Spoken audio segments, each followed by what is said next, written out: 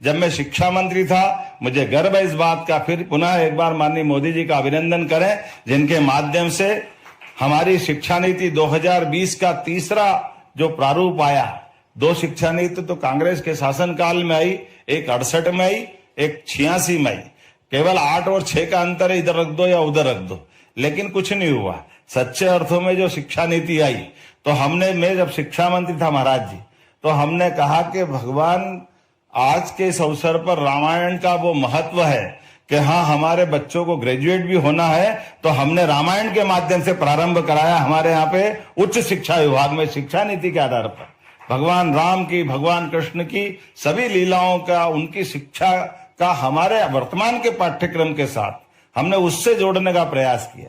और जब हमारी अब सरकार बनी, तो जैसे हमने कहा कि भगवान कृष्ण की जहां जहां लीला हुई, क्योंकि तुलसीदास जी का एक पक्ष दब जाता है।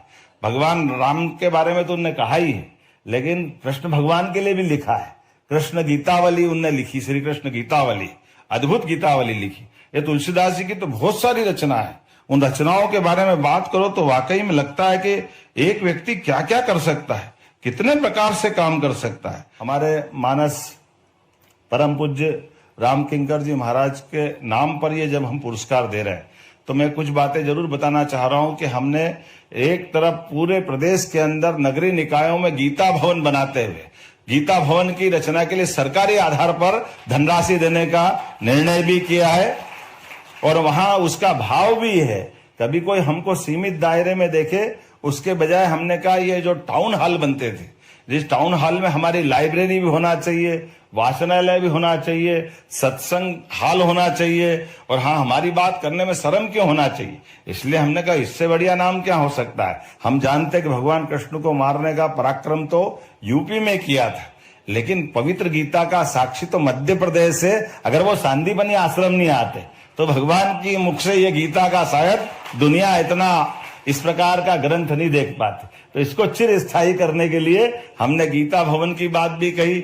भगवान की जहां जहां लीलाएं हो रही, उस लीलाओं के स्थान को भी हमने तीर्थ बनाने का निर्णय किया है। जब मैं शिक्षा मंत्री था, मुझे गर्व है इस बात का। फिर पुनः एक बार माननीय मोदी जी का अभिनंदन करें, जिनके माध्यम से हमारी शिक्षा नीति 2020 का तीसरा जो प्रारूप आया।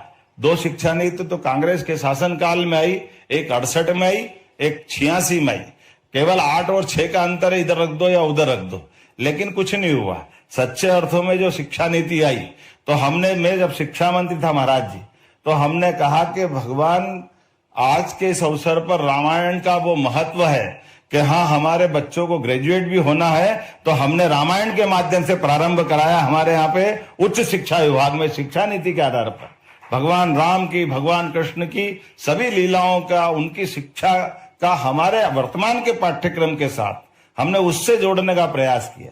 और जब हमारी अब सरकार बनी, तो जैसे हमने कहा कि भगवान कृष्ण की जहां जहां लीला हुई, क्योंकि तुलसीदास जी का एक पक्ष दब जाता है।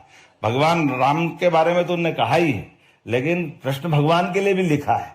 कृष्ण गीतावली उनने लिखी, श्री कृष्ण गीतावली, अद्भुत गीतावली लिखी। ये तुलसीदास जी की तो बहुत सारी रचना है। उन रचनाओं के बारे में बात करो तो वाकई में लगता है कि एक व्यक्ति क्या क्या कर सकता है, कितने प्रकार से काम कर सकता है।